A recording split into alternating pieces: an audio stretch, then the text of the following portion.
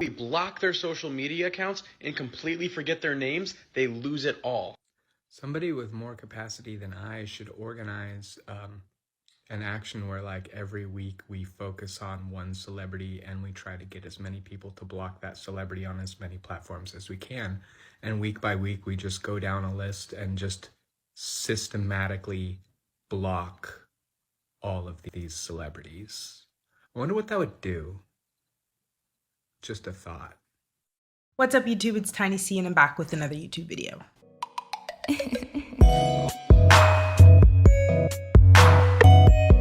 Today we're going to be talking about how Gen Z is over celebrity culture, they're over celebrity obsession and celebrity worship, and I'm here for it. This past weekend the Met Gala happened and I saw a lot of mixed reactions this time around.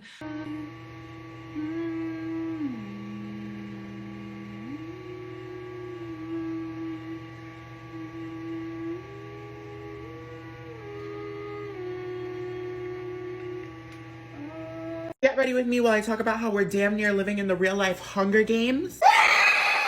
Example one was yesterday. Everybody that was at the Met Gala, those bitches are living in the Capitol, and the rest of us, we're in the sorry ass districts, girl. Usually I love the Met Gala and I tune in faithfully. I was excited this year, but at the same time, it just felt so wrong. Because while the rich and famous were on the Met Gala carpet, you know, doing what they do, showing off their outfits, not only were there thousands of people outside protesting, but once again, just like at the Oscars and the Super Bowl, when millions of people in America and in the West were tuned in to yet another pop culture event, the IDF launched another attack against the Palestinian people in Gaza. You heard it right. While y'all were tuned into the Met Gala, the IDF was going boom, boom. And I know a lot of other influencers are scared of posting about this because they think that they're gonna lose their brand deals and their sponsorships. But for me, bitch, my humanity is worth more than any brand deal I could ever get. A lot of people were comparing it to the Hunger Games, which really exposed the dystopian nature of the whole event in the first place. I thought it was really interesting. I never used to think of the event that way. So seeing a lot of those TikToks, I was able to learn something for sure. And I think it also exposed how a lot of people in general are just over celebrity obsession. They're over the culture of celebrities and they're trying to usher in change. But let's get into the video and let's talk about it a little bit more. Why are celebrities so popular in the first place? And how did celebrity culture really even get to this place? For the longest time, rulers and conquerors were primarily the celebrities in society's lives. And then in the 18th century, the public started to take interest in artists, performers, scientists, politicians as well. And they started to give them the celebrity treatment. At the same time, a lot of performers would find themselves having what we call groupies. They'd have people that followed them around, really enjoyed their art, and were essentially their biggest fans. During the 19th century, people also saw that they had a lot more leisure time, and this is where the theater began to rise to fame. People had time to go places, and while we might go to the movie theater, people back then, they went to the theater. And when they were at the theater or the opera or wherever they went to consume, they were able to see celebrities in person. And this again solidifies this celebrity culture and the relationship between the viewer and the performer. There were a lot of magazines and newspapers that would have photographs of these celebrities and these performers. And when travel began to become something more available, they were able to travel there because of steamships and railways, and they were able to get to these places and again, spread their name and become more famous. But eventually there came a time where the TV came about and they started to usher a lot of the popularity of opera and theater and actors and performers to the television, and what was once, performed in front of people became something that was performed on TV. And this is when we began to see a shift in the way that not only celebrities were consumed, but also the way that they were managed. In the 18th century and the 19th century, celebrities had a lot more autonomy. They were able to choose what they auditioned for. They can pick their supporting cast. They can rent out theaters even. They can create their own scripts, choose their own wardrobe. They can even craft their own persona towards the public. It started to shift once these big television companies started to come into the picture. From the 1930s through the 1950s, at the height of the studio system, a few freelance film stars such as Carole Lombard and James Stewart retained some of the independence they enjoyed by their theatrical predecessors, but most moguls effectively used restrictive contracts, well-oiled publicity departments, and their influence over the press to control what movie stars could do and what the public could learn about them. A lot of these giant of a companies were able to use these restrictive tactics in order to get a lot of celebrities to do what they wanted by limiting their resources, limiting their access, and celebrities deal with this to this day. Top 3 worst music industry contracts of all time. Number 3, Little Richard's record deal. Reportedly, he sold the rights to his hit single Tutti Frutti for $50 to his label in 1955, leaving him with a royalty rate of a half cent per record. Additionally, all of the money that came from artists that covered his song, including Elvis, went directly to the label. By the time Tutti Frutti had sold over 500,000 copies, Little Richard only made about $25K. Number 2, Tyga's deal with Cash Money Records. This deal was doomed from the start since the lawyer that represented Tyga also represented Cash Money at the time, so he skewed the contract heavily in the label's favor. So far skewed that Tyga had to buy out of his contract, despite the label owing him around $15 million in unpaid royalties. Number 1, Rolling Stone's management deal. In the mid-60s, they unknowingly signed away 100% of the rights to their entire recorded music catalog to their manager, Alan Klein. It took decades to get out of that deal, and even after Klein's death in 2009, his estate still has the right to repackage all Stones material from 1963 to 1969. This honestly restricts celebrities a lot more than we probably think. Although I empathize with them, I think it's because a lot of these celebrities are so fixated on the money that they aren't willing to break out of the restrictive hold of these companies. And of course, that's not all the celebrities, but I know a lot of them.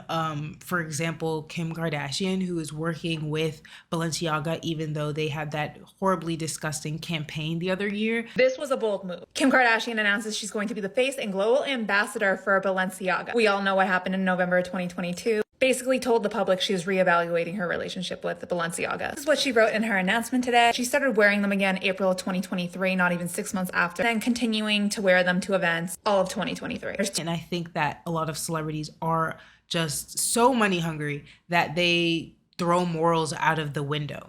There's a lot more freedom that's happening now with social media and all these other things that allow different avenues for artists to reach the public. And of course, there's problems with this. I don't think that it's perfect, but it's definitely helping break some celebrities and new up-and-coming potentials from having to give in to what these big businesses want and feeling restricted in their voice, how they go about business, and et cetera, et cetera. They don't have to be tied to these companies. And of course, it's not going to be easy. It's not going to be an easy decision for everyone, and a lot of people will go that traditional route, which really isn't traditional if we think about it. But a lot of people will go through these companies in order to rise to fame because it's just what a lot of people know.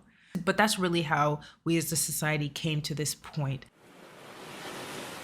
Now let's discuss where the energy started to shift. Social media is what broke the whole facade. It's what made everything sort of start to shift. One thing that we know is that social media is where Gen Z goes to share their thoughts, learn about people, learn about the world, and get their news. 65.8% of Gen Z uses social media. And while millennials do use social media at a higher rate at 69%, we see that Gen Z is the one that's really shifting how we view celebrities. Well, before social media's inception, celebrities did not have to post, and so a lot was left up to the fans' imagination. We can sort of create a persona of who they are, but with social media and everyone's posting on social media, everyone's showing who they are, everyone's showing their interest, celebrities were kind of put into a corner where they had to start posting as well. And this is where it all began to crumble down, because once people really saw what celebrities were like,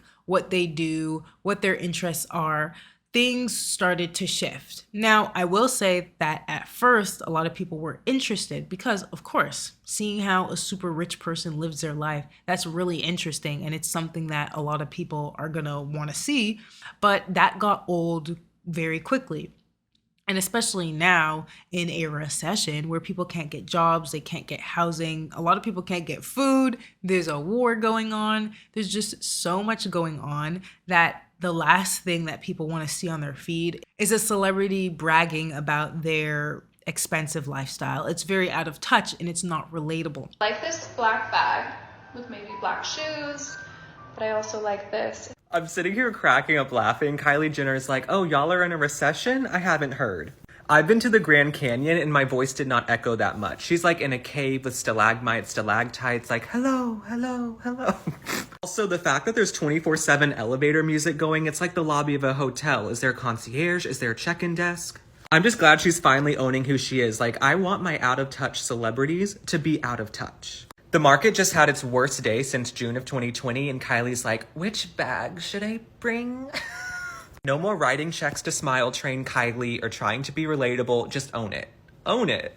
And I don't think celebrities know how to connect with society anymore. They don't know what's relatable. They don't know what to do to pique our interest anymore.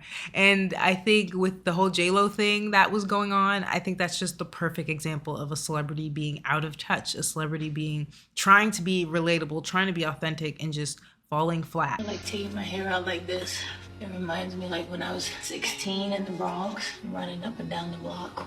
A crazy little girl who used to be wild and no limits, all dreams and I'm convinced J-Lo is a menace to the block. This guy Taylor said he worked on that shoot and it took 12 takes of that video just to get a shot of her looking carefree and relatable. Like, what? Here are some of the best comments. This is me. The block should be a paid actor at this point. Bronx and the block are tired. And Cardi B said something that was very interesting. I'm gonna let y'all influencers know some tea right now. Right now that's going on. The economy is bad. If y'all notice, and if y'all go to a lot of artists, fuck influencers. If you go to a lot of artists are not getting brand deals right now. Brands are broke right now. So y'all are competing with artists when it comes to getting money. Which is another thing that is bringing celebrities down from their pedestal, and it's ending the worship, so to say, because now so many people are influencers across generations, but we know especially Gen Z, a high percentage of them want to be TikTokers, want to be influencers. And so there is this new level or tier of celebrity that has popped up. People are more interested in what influencers have to say in comparison to celebrities because they view them as more relatable. They view them as more human and authentic. And they're talking about things that we just care about. It's just more in touch. You never would have thought that an influencer would even compete with a Cardi B or be in the same, casting list or booking list as an influencer would. You'd think it's a different tier, but they really are having to come down a few steps. They don't have the same pull that they did even in 2016 when Kylie Lip Kit would sell out in 5 seconds. And it's really not only social media. It's the fact that there's 10 different streaming platforms. It's the fact that people don't go out to movies anymore. People are able to get that same feeling from so many different places. You can watch a live streamer. You can listen to somebody's music on Spotify or SoundCloud. There's so many other places that you could put your attention, which is a currency, and you can put that in places that mean more to you. And this leads me into Gen Z's values. Something really important is that Gen Z values authenticity. They value relatability in the people that they decide to give their attention to, which, like I said, is a currency. The more attention someone gets, subscribers, followers, likes, this is people's money. Gen Z wants to seek advice from people that they trust, people that are relatable. And apparently, a lot of the times, these are micro-influencers. These are people on the internet that don't have a huge amount of followers behind them. This is who Gen Z trusts. And oftentimes, I think celebrities don't know how to be relatable or authentic. There was a time where one of the models, there's so many of them. Probably eat pizza at least once a day. It tastes good every time. There's no bad pizza.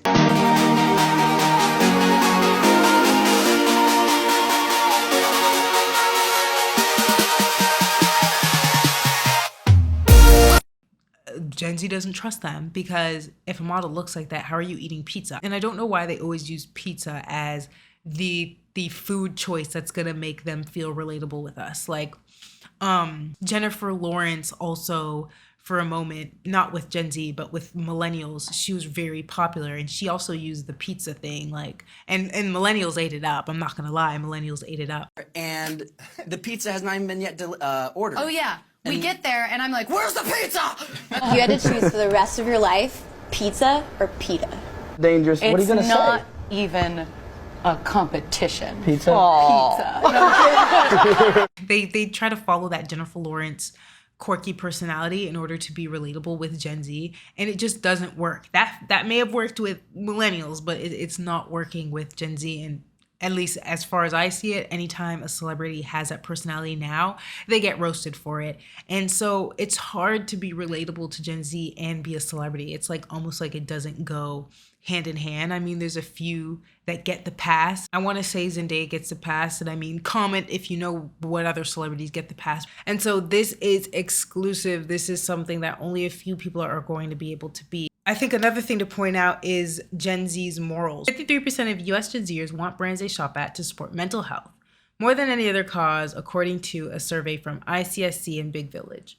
Environmental causes and racial and gender equity tied for second place with 47% each. Gen Z is interested in these sorts of things. So brands, celebrities, artists that align with these sorts of things are going to be what Gen Z is willing to put their attention and money towards. The thing with celebrities is that they distance themselves from some political issues, whether it's because it's going to harm brand deals, it's going to hurt their persona, or whatever it is. We see that celebrities are not willing oftentimes to speak out about things that are really important to Gen Z and other generations. It's just they want to make sure their money, their pockets are protected. And they do that by, sometimes not speaking out when they should. I think Gen Z noticed that and criticizes a lot of celebrities for this. It's because they want to make sure that their money is going to the right place. This is editor Christy, and today I woke up to see the Blockout 2024 that's happening. And this really solidifies the point that I was making here. Gen Z and really the rest of the world recognizes that celebrities are not standing up for things that are actually important to them. And they're deciding to take action with this Blockout 2024 movement. So totally here for it. I see a lot of celebrities scrambling, and I think this is exactly the type of pressure that they need to actually begin to align with where the world's at. Like, come on. Gen Z also wants celebrities to support LGBTQ plus rights and political activism. This is something that I think celebrities do very well. This also has become taken over by capitalism, and I think it's something that people use as leverage rather than genuinely caring about the cause. They stray away from speaking on the environment, speaking on war, speaking on the government. They lean so much on LGBTQ plus sort of topics because it gives them a persona of being progressive without them actually speaking towards the things that might actually put them in hot water. And a lot of these celebrities, they're not really about it. A lot of them are protecting their pockets, and they're not going to be willing to align with Gen Z morals like an influencer might align with them. And again, this takes away a lot of the foothold that they have on Gen Z, at least. The last thing is that Gen Z is coming into the world in a time of crisis. They're coming into the world when the economy isn't doing that great. They're trying to get jobs. They can't get jobs. They want to rent apartments and it's too high. They can't buy houses. Gender relations are not doing that well. And it's a very tense time. It's a very fiery time for a generation to be coming into adulthood. And so they're spending their time on things that bring them joy. That might be video gaming. It might be on TikTok. It might be social media, listening to music, going to work out. But they're seeing that Gen Z is more interested in, self-fulfillment. This takes away the attention that they once have had for celebrities and puts it towards themselves and things that actually align with their future and align with their happiness. The number one thing that influences Gen Z happiness is having a purpose, according to CNBC. Is that really true? For myself, I really don't know because I don't know what my purpose is, but I would like to have one. Despite that, between 43% and 49% of Gen Zers do not find that what they do in their day-to-day is motivating, interesting, or contribute in any way to their lives. A Harvard professor taught a course in happiness, and he encourages people to invest in 4 different aspects of their lives. 1. Faith and life philosophy. Finding out what helps you make sense of the world, whether that is spiritual practices, religion, or anything that convinces you that there's a purpose to life. 2. Family. Strengthening your connection to your family and spending more time with them. 3. Investing your time in community and friends. If you think about it, these are the relationships that you actually choose, so you definitely have to foster them. And 4. Prioritizing work that makes you feel fulfilled. A lot of the times, celebrities are not aligning with anything that's going to make the world a better place for Gen Z or make the future a better place. On the other hand, there might be micro-influencers, there might be influencers that are speaking on issues that actually line up with them. And so again, celebrities are being taken off of that pedestal and put in the corner, because why are you going to be supporting an artist, supporting an actor, supporting whoever it is that isn't even helping? And so a lot of the times when we do see celebrities in the limelight, it's oftentimes them being criticized. It's them, we're telling them what they're doing wrong. If they have all this power and they're not going to use it for good, then we need to put our attention in a place that actually progresses society in a positive direction. If people see where celebrities are coming up short, they are able to become that voice and fill that hole, whatever it is. And so it is moving back to that time, 18th century, where not only does the celebrity have more freedom, but also the viewers have a choice to support or not to support. Nonetheless, society is definitely taking them off their pedestal just because of how things are progressing. I think the dynamic's going to continue to shift. It's only going to continue to go into that direction where they are not in this position of power and where they're not so worshipped. I also think that it's very interesting how at the Met Gala, the Oscars, the Super Bowl, there are active protests going on, and these often take attention away from the fact that destruction is happening.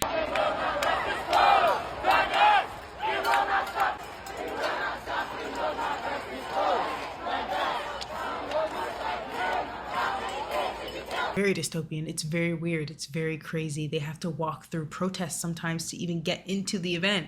And yet we still don't see people talking about it. We still don't see celebrities talking about it. They might wear a pin. They might say something here and there. With all the power that they have, there is some responsibility of them to make things happen or do what they can with that power to make things happen. You know, that might be a controversial take, but I do think that if they're in that position, then it doesn't hurt to attempt to try to change things. Lizzo said that celebrities had no power to do anything until she cracked open the phone, looked up Instagram, and noticed the Blockout 2024. Then she had a That's So Raven vision about the towers of her luxury, relevancy, and money falling to the ground. So then she called Shazam and dig deep into her ass and pulled out the power that she claimed she never had to give us the bare minimum of a homework assignment that was due 8 months ago. Thank you, Lizzo. Oh my god, this bitch is so bitter. This bitch is bitter. I keep telling you guys I'm bitter. When it comes to celebrities, I have no grace, barely any empathy as a whole. I look at celebrities the way they look at us, okay? I'm not gonna lie to you. But regardless, I liked the video. I saw her video because she was promoting GoFundMes. I liked it, and then I blocked her cause fuck you, Lizzo, fuck you. And that goes for all the celebrities who are about to pop out with GoFundMes and family stories. And oh my goodness, did you know about this genocide happening? Including Brittany Broski, because she was like, who am I to say anything about a genocide? I have no power here. I shouldn't say anything. I shouldn't be responsible to say anything. And everybody was shocked, but nobody was standing on business and blocking her. And then she found out about the Blockout 2024. Of course, her name is #1. She's on majority of people's list when it comes to influencers to block right after Hailey Bailey, whatever her name is. And much like Lizzo, she put her thinking cap back on and realized that all her power, fame, and the fortune she's accumulated of us was about to dissipate had she not said anything. And so she said something, to which I watched the video, liked the video, and then blocked her too. Actually, I saved both videos for references. But don't get me wrong, I appreciate this heavy, but I appreciate the fact that the video was done so that it could reach out the millions of followers that these two women have and all the other celebrities are about to pop off. I don't appreciate these celebrities though. This is all hypocritical. This is to save face. This is for their money and their relevancy, so don't get that twisted. Now, you can be nice and give Lizzo grace, but I've never been one to be nice to celebrities, so that's not what I'm gonna do. Because the whole thing is a slap in the face. As deep as a slap in the face to me as Euphoria releasing black paint, black tar to us Negroes after asking for more varieties. The move can literally be phrased in, here, my god, leave me alone. Or like, here, please don't take away my fortune.